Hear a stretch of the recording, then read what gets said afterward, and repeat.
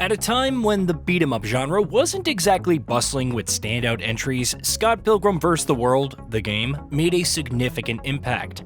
Far from simply cashing in on the hype from Edgar Wright's film, it captured the art style of the comics and delivered excellent gameplay. Scott Pilgrim EX, which follows the 2023 Netflix series, looks to bring that same energy, and given Tribute Games' experience with delivering some of the genre's best entries, you would expect a well-rounded successor.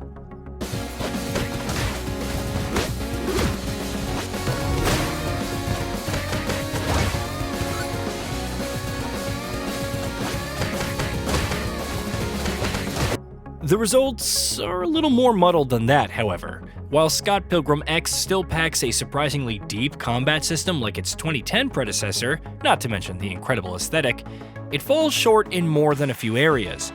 It can still be a fun beat-em-up in its own right, but this isn't 15 plus years ago. Plenty of worthwhile alternatives exist and deliver more than their fair share of compelling gameplay experiences.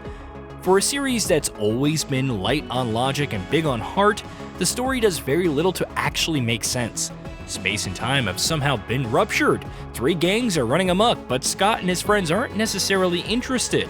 They're busy practicing for a show later, and it's only when Metal Scott appears and kidnaps the rest of the band that Scott is spurred into action, with a little help from Ramona Flowers and some of her not quite so evil anymore exes. If you're confused by the addition of characters like Metal Scott, then strap in, because the entire vibe of the Scott Pilgrim universe is heavily based on pop culture. There's the ambiguous-looking scorpion enemy, complete with a grapple that pulls you closer to him. Lady Envy, a boss who transforms into a poison ivy-like towering plant during intervals by committing seppuku a la Lady Maria from Bloodborne, a POW block, and of course, playing your bass like an ocarina to unlock a portal. But it goes even further beyond, as Scott and friends can gather coins from enemies, purchase gear to upgrade their stats, and equip badges with unique passive effects. They can even summon other characters to lend a hand if their GP gauge is high enough. Odd as it all sounds when laid out like this, it works surprisingly well within the setting, and that's not even accounting for Scott Pilgrim's own ridiculous ideas, like the vegan police. Some of it can be eye-rolling, but if you enjoyed the overall vibe of the property, then it's all par for the course. That doesn't make the plot any less nonsensical, though you would also think it'd go further than simply traveling through portals to different worlds/eras to retrieve items and instruments to save the band. There's also the world map. Unlike Scott Pilgrim vs. the World, you're traversing linearly through levels. Instead, they're all connected in this Metroid-like setting, which allows for visiting shops to gear up, heal, and unlock additional color palettes, or speak with some of the NPCs roaming about. A lot of back and forth between areas is involved, and even after you unlock subspace to make travel easier, it's far from that feeling of catharsis that revisiting an old area with a new ability would provide. And despite carrying numerous references to the world of Scott Pilgrim, complete with familiar characters like Julie, who seems to work every single job, it barely aspires to anything more. The actual areas that you fight through aren't that much better, often feeling overly straightforward and monotonous, with a few exceptions. But hey, at least you can visit iconic locations like Scott and Wallace's apartment. Nevertheless, this is a beat-em-up at heart, and if you've played a beat-em-up, then you probably know what to expect. Light attacks and heavy attacks to start, a powerful super attack that can knock back foes, and a grab for those pesky unblockable foes, though it won't always work on later enemies. Chaining strikes result in different combos, and Scott Pilgrim EX distinguishes them in unconventional ways. Light attacks are faster, but heavy attacks can build up stun status, making crowd control that much easier, which could make all the difference when swarmed by foes. Similarly, grabbing an enemy and launching them into others can be a worthwhile tactic for creating space. As is also typical of contemporary beat-em-ups, you have a block button, which can turn into a backstep when pressed together with the jump button. You can also parry projectiles or melee attacks by attacking at just the right moment.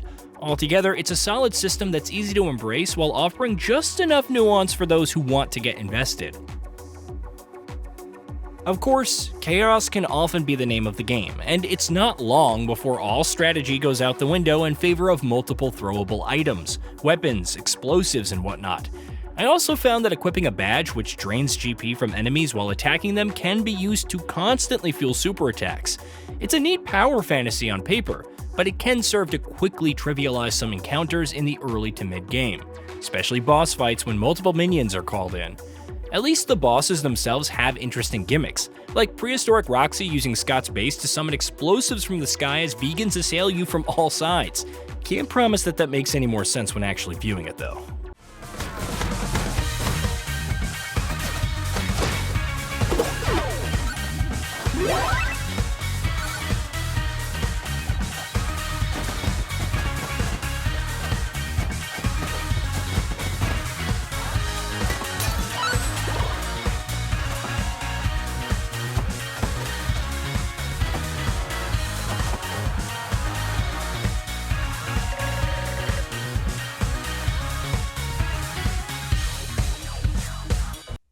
The combat still feels pretty tight though, even if the running momentum can take some getting used to. Each character is also unique in their own right, from Scott's video game inspired attacks, spot the Tatsumaku Senpyaku if you can, to Lucas Lee's powerhouse moves. Even the summons add a nice little extra layer to it all. Whether you're calling in the Katayanagi twins to heal you, or young Neil to obliterate the entire screen with a parade of other young Neils, enemies also have unique patterns and attacks, but they can get more obnoxious as you progress to later areas.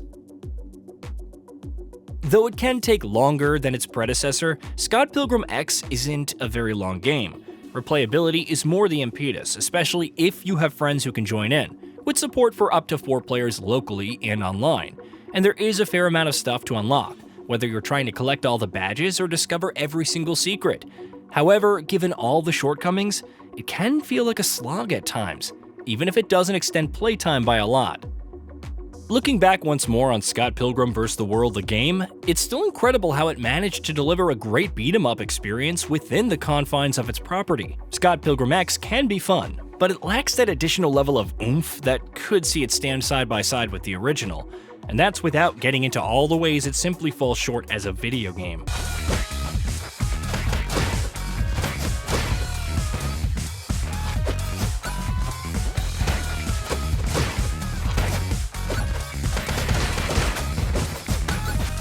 It may have served genre fans well 10 years ago, but compared to some of the greats of today like Absalom and even Tribute Games' own Teenage Mutant Ninja Turtles Shredder's Revenge, it aspires to simply be good, rather than outright incredible. Hey, did you know that we at GamingBolt upload new videos every day? Stick around, drop a like, subscribe, and hit that bell, and let us know what kind of content you'd like to see in the future with a comment below.